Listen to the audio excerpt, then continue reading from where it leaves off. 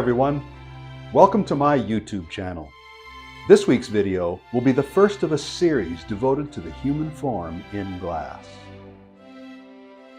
Throughout the history of art, the human form has been a source of inspiration and fascination, no matter the artist or medium.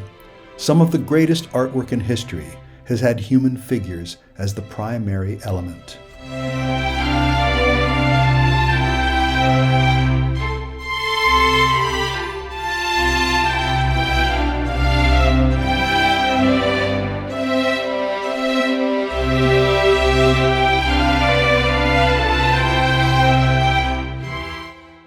So it makes sense that artists working in glass would be interested in the human form. I myself started experimenting with human figures early in my career. I quickly realized that there was much more to it than I first thought. Since then, I've always referred to learning about the human figure as a puzzle, because it is just like one.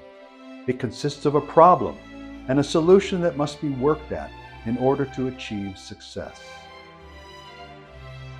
It turns out that the puzzle is the same regardless of the medium you choose to use. Whether you are drawing, painting, sculpting in clay or glass, the puzzle is the same.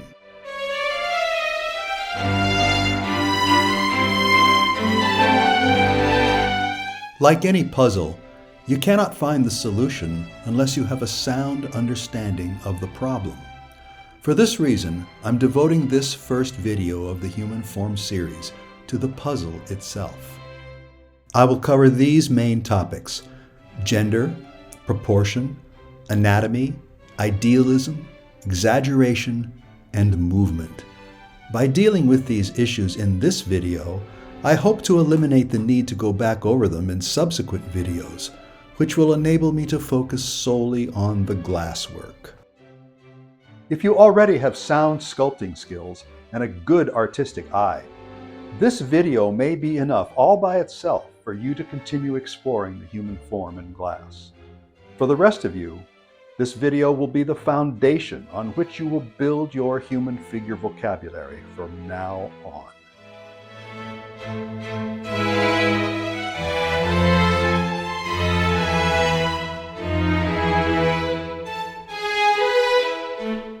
When we talk about the human form, we are really talking about two forms, one male and one female. They are similar in many ways, but very different in others. I believe it's important to understand the difference between the two. To illustrate this, here are two figures, one male and one female. Notice where the center of gravity is on each figure. On the male, it is at or near the navel. On the female, it is at or near the top of the hips. This is because females are generally long in the legs and wide in the hips, while they are smaller in their upper bodies.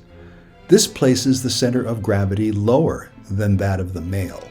The male figure is massive above the waist and relatively small in the hips, which places the center of gravity higher than that of the female. The second difference is related to the first: relative proportion. In a female, the hips are wider and the chest is narrower. In a male, the chest is wider while the hips are relatively narrow. In a male and female of the same height, the female will have longer legs than the male, while the male will have a longer torso than the female. It is these relative proportions that make a figure appear to be male or female, much more so than the exterior anatomy, such as breasts and genitalia. Surface anatomy is of the utmost importance, since this is what forms the shape of the human body. Specifically, the muscles just beneath the skin must be represented to some extent to successfully construct the form in its entirety.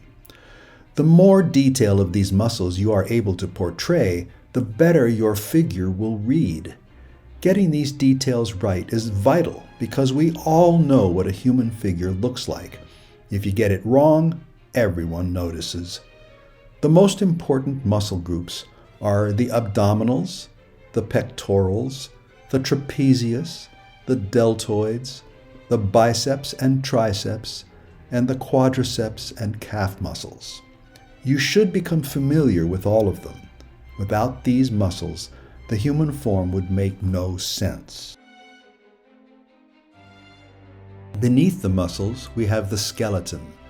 The structure of the skeleton provides us with information as to how the various body parts are attached to the torso. This means that certain techniques must be developed to make those attachments look credible. The key joints are where the arms meet the shoulders and where the thighs meet the pelvis. Ideally, we want our techniques to work no matter what pose our figure is in. It is also important to understand how the skeleton changes with movement and how that affects these attachment points. The human body from head to toe is usually represented in an ideal form. In fact, in art, there is what is referred to as ideal proportions, although there has always been considerable debate over what actually is ideal. For our purposes, we will think of ideal as normal. Normal proportion is that a head will be about 1 to 7.5 of the overall length of the body. The hands will be about as long as the face, and the center of gravity will be at the top of the pelvis for females and at the navel for males. The chest and hips will be close to the same width in females, while in males the chest will be about 1.25 times wider than the hips. We could really go down the rabbit hole on this subject, getting out our calipers with every new body part we make, but this is really just a starting point. Human beings vary widely in body shape and size, so a certain amount of variation is acceptable, or even desirable. Human forms have been portrayed in art since we came out of the caves in proportions that are actually significantly exaggerated. Even in ancient classical art, the human form was portrayed in what is now called heroic or gigantic proportion. The size of the head was only 1 to 8 or even 1 to 9 the length of the body, and other body parts were scaled to emphasize or de-emphasize their importance. A famous example is Michelangelo's statue of David. At first this may appear to be a typical classical human form, but a closer look shows that David's head and right hand are larger than would be expected for the heroic proportion Michelangelo used in most of his work. It is speculated that he did this because of the extreme size of the statue. At 17 feet, it is so tall that the only way to view it is by looking up at it. The enlarged head and hand actually look normal when seen from a low angle. So it is acceptable that for our purposes, some exaggeration may be used.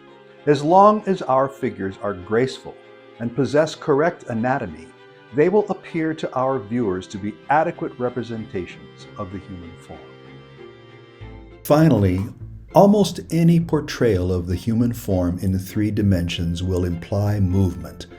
Even figures that are standing still are still moving in subtle ways.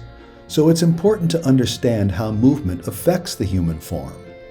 Weight is distributed, momentum is implied, and every part affects every other part of the body in a harmonious pose that captures the expression that the artist desires.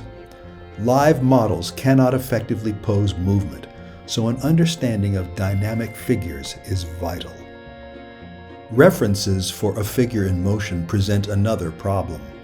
In the absence of a live model, our reference is most likely to be a picture or a photograph, which only gives us a single viewpoint.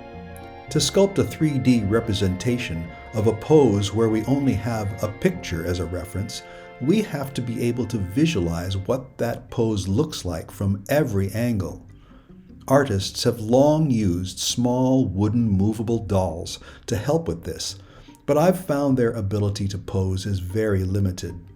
There are now small plastic posable figures that may be slightly better, but I believe that they are often more trouble than they are worth. I never use them anyway. I believe it's better to rely on a foundational knowledge of the human form than on a plastic or wooden figure. So, in summary, we need to become very familiar with the human form to be able to create art utilizing it. We have to start by understanding the puzzle. We have to become intimately knowledgeable with the two genders, accurate proportion, detailed anatomy, structure, and how movement affects it all. This takes practice. You can practice in any medium, and most are easier than hot glass. I suggest sketching as a way to begin. If you can take a live figure drawing class, well, that is ideal. But if you can't, there are many excellent books available that will help you get started. I have linked to a few of them, including the one that I used as a reference when I started experimenting with the human form more than 40 years ago. Draw, sculpt, and study the human form until you really have a solid grasp of the puzzle. Then, and only then, can you reasonably expect to tackle it in glass.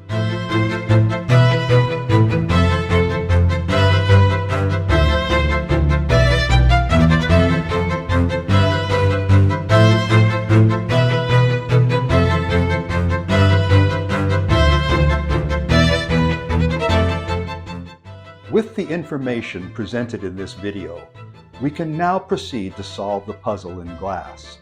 In the next video, we will cover the torso, both male and female. I'll see you all soon. Thanks for watching, and be sure to like and subscribe.